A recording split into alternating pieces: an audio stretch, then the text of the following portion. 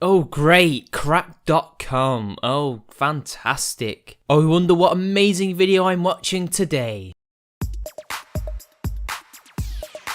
Hey America! Oh great, who's this beta mangina looking motherfucker? Yeah, by the way people, I know who he is. Immediately we already know what we're getting into people because Mitch's law is already in effect. An ideologue is spewing nonsense based on their location-specific experience. So if it's an American ideologue, it's an American-centric point of view. If it was a British perspective, it would be a British-centric one. Hell, you could even go Euro-centric if it's a European type thing. The list goes on. So we're getting an American-centric point of view about video games. Great.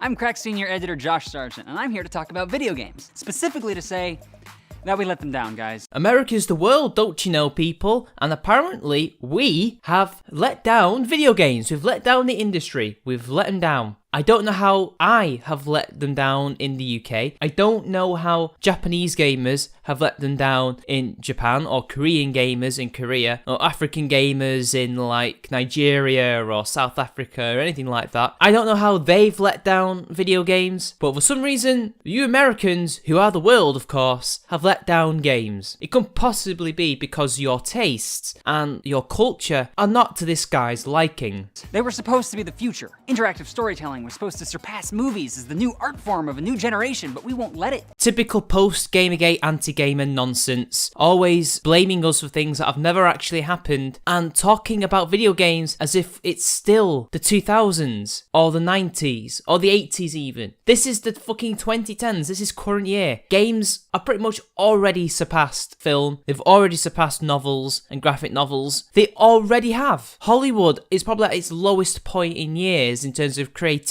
Novels are busy going through a period of technological development, and comics, well, again, they're also having a quality issue and a technological issue. Video games are the biggest art form, the biggest consumer hobby on the planet. We did that, not you, not Mr. Journo, who suddenly decided, oh yeah, we're going to make a propaganda piece, but I'm going to pretend that I'm one of you. I'm going to pretend that I'm a gamer, and then show my complete lack of knowledge, thus showing that I am not a gamer. Yeah, good one, mate. We're holding them back because you can't admit that the level of violence in video games is smearing banana paste on your chest and calling yourself the king of France insane. We are not Jack Thompson. We love video games.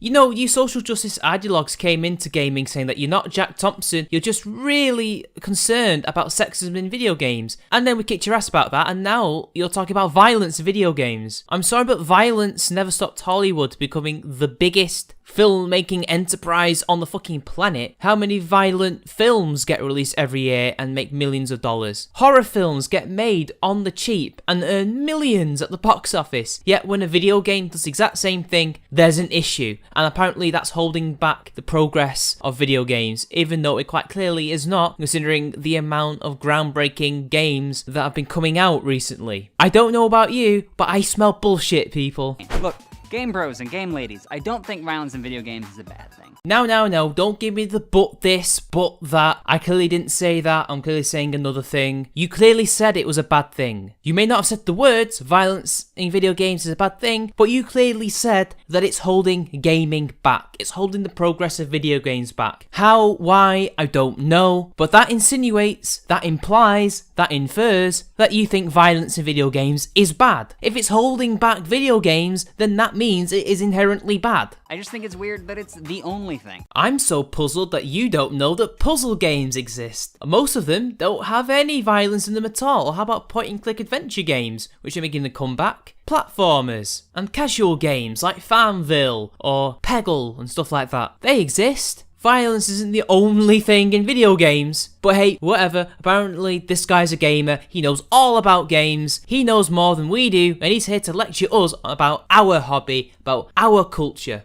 Good on you, mate, good on you. 4 of the 5 best-selling games of 2015 are just about killing people. And when I say about, I mean the reason we play these games is so we can pretend to kill people. Oh really? Well, isn't that funny? Because as you can see here, in the top 5 highest grossing movies of 2015, Star Wars The Force Awakens includes death and destruction, Jurassic World, death and destruction, usually of the animal variety, The Avengers, Age of Ultron, comic book violence, Inside Out, as far as I know, is the only one without proper violence, that's a animated movie, and The Furious 7, a heist film with cars and crashing and gun violence. Mostly PG-13, unlike the video games where they're mostly for adults, but the point is this: these are violent films. They may not show as much blood and gore and guts as the video games, but I think that says something, doesn't it? That films can have as much violence as they want, borderline adult PG-13 stuff, but video games can't for some odd reason. But I also think this shows there's a difference in audience. With video games, most of the people buying these games happen to be adults. This is because of the 70s and the 80s when it first really began to sell, and the first people who bought and consumed and played these games were very young, in their teens or 20s, and now they've grown older and they want older content. Hence why a lot of the bigger games last year were for adults and happen to be violent, because that's what they want. They've grown up and the market is catering to them. It's that simple. Likewise, Hollywood clearly are going for families and a slightly older audience. The PG-13 is only there so they can get away with adding more risque material for the whole family. It's this hypocrisy that gets me though. Video games, oh no, they're violent, it's horrible, stop it. But films,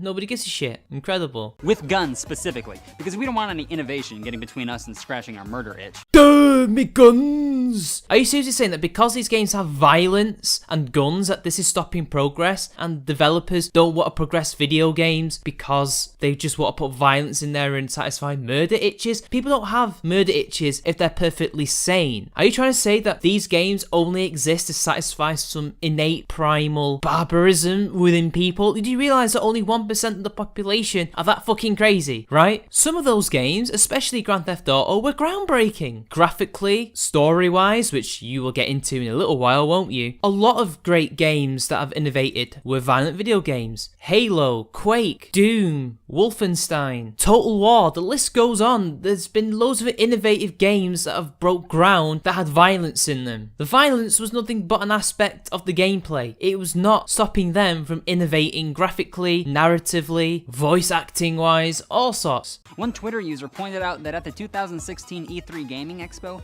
89% of the games shown were about solving problems with violent retribution. Oh my goodness, oh my gosh, I think we've gone full McIntosh. Now, don't start bullshitting us here, mister. That's Jonathan McIntosh. That is not just some Twitter user, and you can try and make him as nothing more than a Twitter user and just some guy all you want, but that is John McIntosh, one of the biggest anti-gamers, one of the biggest proponents of censorship in gaming of this decade. He is the reason why Anita Sarkeesian is so big and why you are making this video in the first place. And firstly, I remember that tweet well. I remember his whole series of tweets where he does nothing but bullshit and rant and just spill verbal diarrhea on Twitter about video games at E3. Firstly, he doesn't know the amount of video games on display that did have violence. How does he know it's 89%? How do you know it's 89%? He didn't count, did he? And again, it's E3. E3 is a press event where all the big games by the big companies are put on display for the world to see. You're not going to see the more niche video games. You're not going to see lower budget video games. You're going to see the big ones, the AAA titles, because those companies are the ones with the money to afford the booths, to avoid the advertising space, and to avoid the massive presentations that they do. It's E3. What do you expect? And people lost their shit at him just for saying that. Why? You know exactly why they lost their shit at him, because it's Jonathan McIntosh. What he was talking about was bullshit, and he was doing nothing but shitting on the games because of ideological reasons. He was only doing that because he has an agenda, because he wants to push something into gaming. He wants to censor games. He wants to mold games into his own political thing. That's what he wants to do, and that's why people criticized him and lost their shit. He's literally doing math. That's gaming. Again, stop with the lies. You know damn well he's not doing math. He's not doing maths. He's bullshitting. He's spreading nonsense about video games because of his social justice hard left agenda. And he's also wrong. He didn't do any maths. He just threw out a random number. He's a propagandist, mate, as you know damn well. He knows that if he said anything more than that, the bullshit would be too obvious even to people like you. Maths is gaming, so because we use maths in video games, therefore maths must be building and novels and films. So where does that come from? It's not gaming, and Jonathan McIntosh is not a gamer. He's never joined in with the culture, he's never played video games, to my knowledge, and neither is Anita, who has admitted it. Yet still, you peddle these myths and bullshit lies. Seriously, are you pushing that hard to make him look like a gamer? Really? You know your arguments have failed so many times when maths now has to be considered a video game. If anybody watching isn't a games folk, and if so, rude, I want to point out that games can do a lot of stuff that isn't murder. There's The Sims, there's Minecraft. That's all I can think of off the top of my head. Seriously, this guy, or rather crack.com, would like to say that they're gamers and they got gaming cred, yet they can only tell us 2 examples of games that are not violent, although technically both games do have violence in them. In Minecraft, in survival mode, you have to kill animals to eat them, you have to kill wild animals that will kill you, and monsters. And in The Sims, well, people can die, often through comically cartoonish violent ways, like electrocution or, I don't know, starvation, which might not be violence, but electrocution certainly is a violent death, is it not? I can think of many non-violent games. The Talos Principle, Surgeon Simulator, your very own SJW games like Gone Home and Fez, Papers, Please, FIFA, Madden, Football Manager, the list goes on, and you can only list 2? Ridiculous, come on, you're supposed to be gamers, cracked. But we gamers still choose to spend our gaming dollar almost exclusively on recreations of the most f***ed up shit we see in the news. We're not Jack Thompson. We love it. Oh really? We spend our money wanting to recreate things we see on the news. Are you talking about mass shootings by any chance? Are you seriously suggesting that gamers are that sick in the head? Really? Since when have you seen anything like what can happen on Total War or in GTA or in Saints Row happen in real life and on the news? Sure, they're depictions of real life things, for example like warfare and gang violence, but have you seriously seen the heists that you have to take in GTA happen in real life? No, it's not real. It doesn't affect anyone or anything. Now look, I enjoy casual violence as much as I enjoy cigarettes or toilet hooch, but of course it's weird. I'm sorry, but so far you have shown the complete opposite point of view. You could have fooled me. I didn't know you liked casual violence in video games and film. Oh wait, no, you like it in film, you just don't like it in video games because politically it's inconvenient for you and you need it for your narrative to push against gamers. And how is it weird exactly? We've used violence in art and in interactive media and stuff like that for generations now, for thousands and thousands of years. Violence has been a key component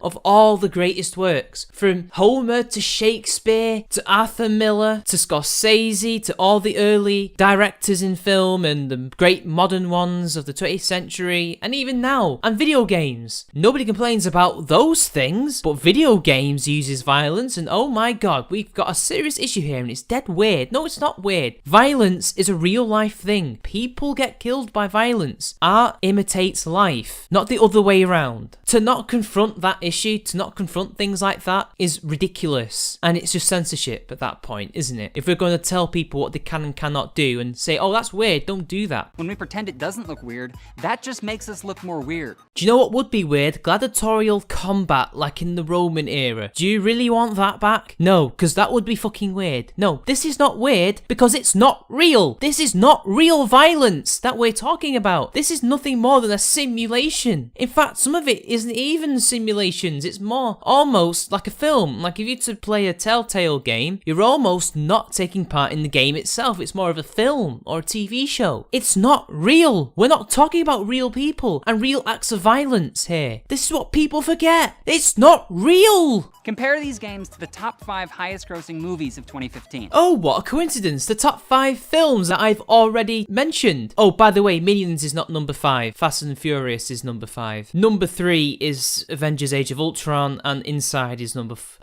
Out is number 4. And again, as I mentioned before, 4 violent films, despite being PG-13, and 1 kids movie that doesn't have any violence that I know of. You were already defeated, mate. It's still mostly violence, but at least it's different kinds of violence. Oh wow, it's different kinds of violence, even though it's the exact same kind of violence being portrayed, only they can't show as much of it because they've got a PG-13 certificate to live up to, even though Star Wars was pretty bloody for a PG-13 film. We have laser sword fights, dinosaur fights, car and gun fights, superhero fights, and I didn't see Minions, but I assume there's some graphic torture or something. Again, you are showing your complete lack of knowledge about video games, further showing that you are not a gamer. There are Star Wars video games with lightsaber battles. Turok has dinosaurs in it. There are probably Jurassic Park video games. In fact, there are Jurassic Park video games. Dino Crisis, for example, is another one with dinosaurs. There's even the King Kong video game. And as for the Fast and Furious type, well, there's Burnout, although that's more to do with stunts than actual violence. GTA 5, GTA 4, pretty much all the 3D GTA games have car violence and gun violence with cars. Likewise, Call of Duty and Medal of Honor and all other sorts of military style video games also have vehicular combat. What's the difference? There is no difference. You have literally described the exact same things that happens in video games that happens in film. The only difference is in video games you're the one doing it, albeit pretend violence, while in films you are watching stunts that are being simulated and you're not really partaking in it. That's the only difference. And still, there is no harm being done to anybody. I get it though. This is a sensitive topic for a lot of people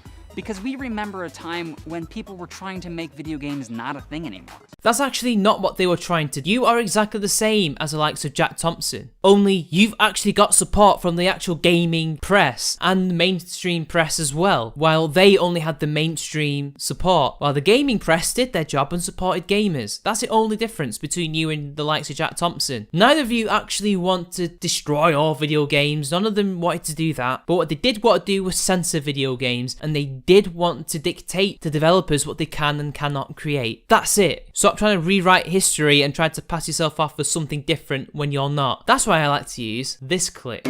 We are not Jack Thompson. We love video games.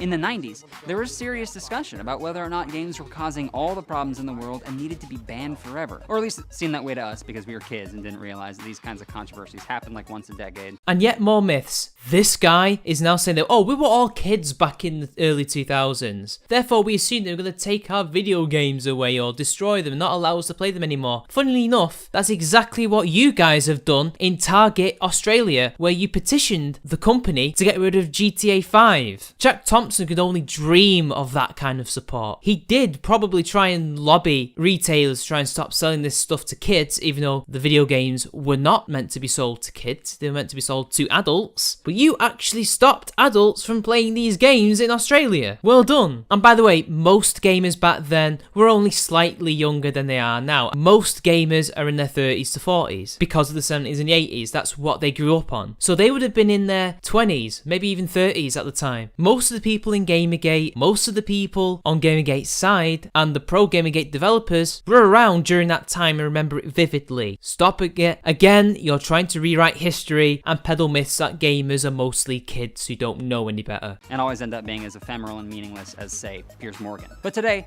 we spend $25 billion a year on video games. $25 billion! That's 4 times more than we spend on guns, and look at how powerful the gun industry is. Isn't that a good thing? That American people are choosing to pretend to fire guns than to actually buy guns. Isn't that what you want as a social justice warrior? Isn't that what you want? And that just proves that video games are this biggest thing ever that you think American gamers, or rather gamers of the world, are preventing it from becoming. It outsells guns. That's a good thing, right? We're an important part of the economy now. So at the risk of sounding cynical, even if scientists wearing lab coats and speaking in European accents conclusively proved that video games caused real-world violence, they probably still wouldn't take them away. Because gaming is expensive enough now to be a rich people hobby, and rich people hobbies can be literally anything. Scientists have proven that video games don't cause violence, much like they have found out that films and novels and comics do not cause violence. Likewise, since the early 90s, concurrent with the rise of video games, violence has been going down. I know correlation does not equal causation, but there's something in there surely. That violence is going down with the rise of video games. games. That defeats your point. And by the way, it's not a rich person's hobby. I am not rich. I could be considered working class to poor, and I, if I save enough money and wait for the Steam sales, can afford games. The hardware may be out of reach because I'm a PC gamer, but that comes in time. I can afford to wait until things go down in price and then either buy a new PC or upgrade it. It's not a rich person's hobby, and rich person's hobbies can't just be literally anything anyway. If video games were proven to cause violence, I think they would be quickly removed. Do you not think? We're safe. Who cares? So let's just go full punk rock and admit that gaming is super You are not punk. You are the establishment. And by the way, gaming is not fucked. Gaming is doing fine without you guys, and the only way it's gonna get fucked if you guys keep interfering and keep trying to mold it into your own little image. 'Cause that's the thing. It's only fucked because it's not what you want video games to be like. This is what this whole video is about. You projecting what you want video games to be like onto us. Well, I'm sorry, but you don't get to dictate that. The anger thing probably isn't a coincidence. Already, I know that some of you are questioning whether I'm a true gamesman. So let me be clear here and say that my gamer cred is unfucking impeachable. I'm sorry, what the fuck is a gamesman? And also, isn't that a gendered thing? And shouldn't you be checking your privilege right now because you just use a gendered word? Gamesman. God, you cis white het scumbag. And yeah, you've proven you have such amazing gaming cred that you can only think of 2 non-violent video games, and even then, those video games have violence. So you failed to actually name one. Well done, mate. Well done. And yeah, your gaming knowledge only goes as far as a few AAA titles. Yeah, you're a gamer. You're a gamer.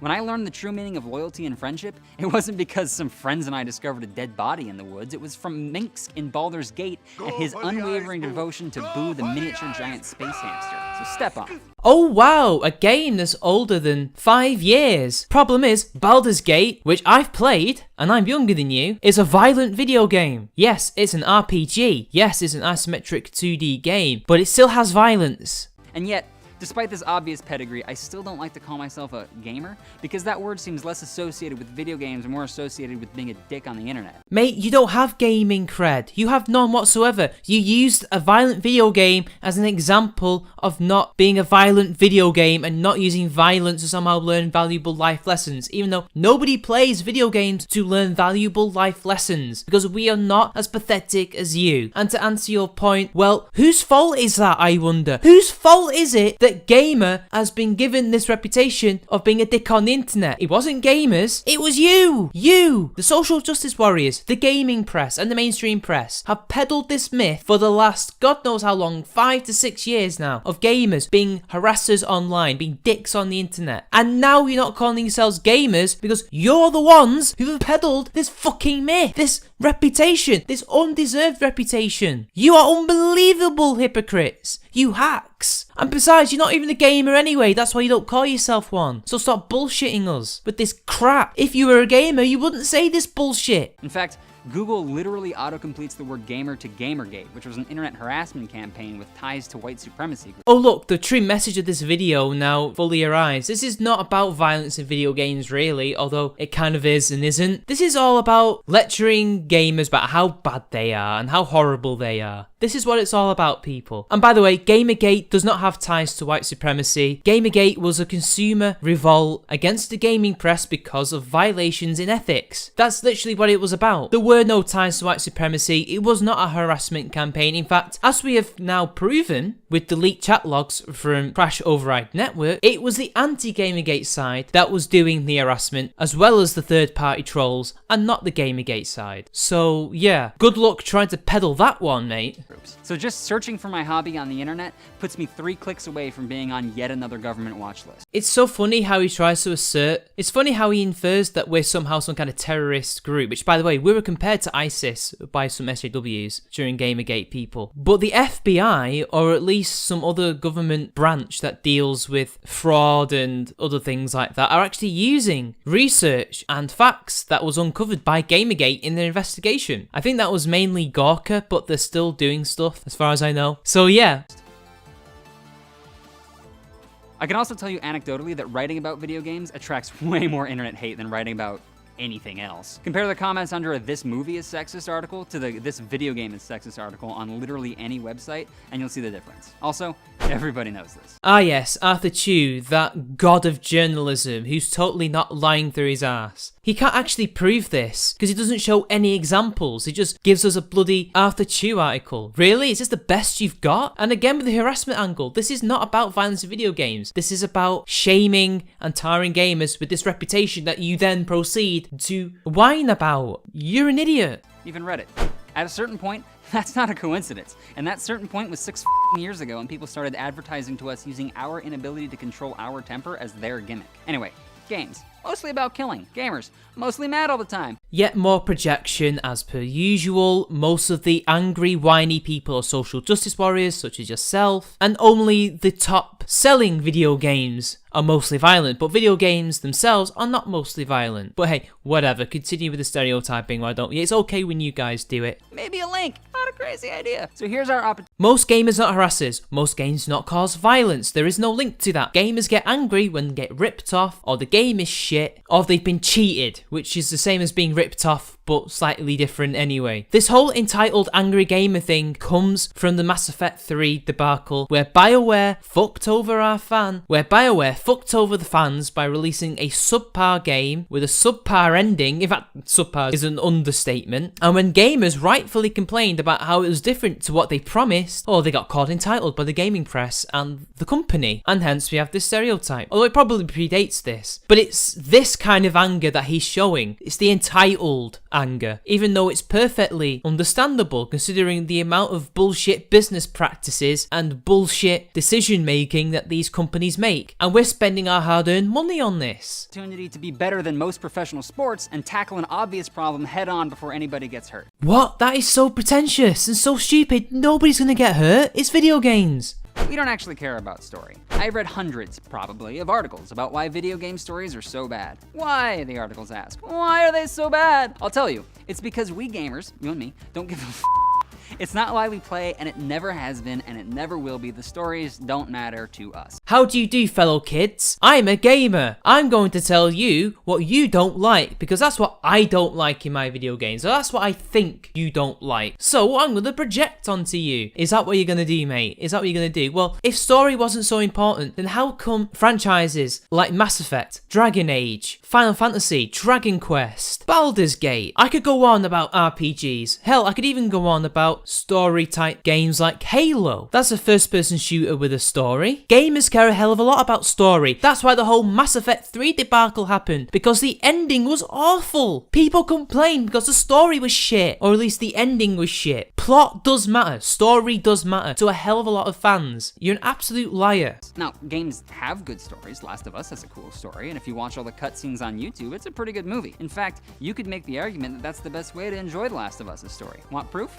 I'm making that argument right now. You just got told, welcome to the internet, I am your god. He was trying to be funny and self-deprecating, but that's actually what his whole video has been, basically. Anyway, I gotta spoil this game for you. You spend most of The Last of Us as a big tough man named Joel protecting Ellie, a young girl. At the end, you find out that the only way to cure the world's zombie problem is to kill Ellie. But Joel can't let that happen, and he kills a bunch of scientists, escapes with Ellie, and lies to her about what happened. For the ending to work emotionally, like as a story, you have to believe that Joel sees Ellie as vulnerable and feels a responsibility to protect her. And yet, she's invincible during the entire game. She can't get hurt or even seen by enemies because if they could see her, the whole game would have been a huge pain in the ass. Yeah, I know, video game mechanics can be a bit silly, but actually you forget one key thing. You get to play as Ellie during one part of The Last of Us and as the DLC, and she can die just as easily as Joel in that part of The Last of Us and in the DLC. And do you want to know why you play as Ellie in that part of The Last of Us base game? Because Joel nearly dies protecting her, or something happens, I think he gets stabbed in the stomach, so he's incapacitated for ages, so she has to look after him. It's a reverse of the roles. It's how she learns to become an adult or learns to look after him. It's part of the relationship building in the story. You forget that. So,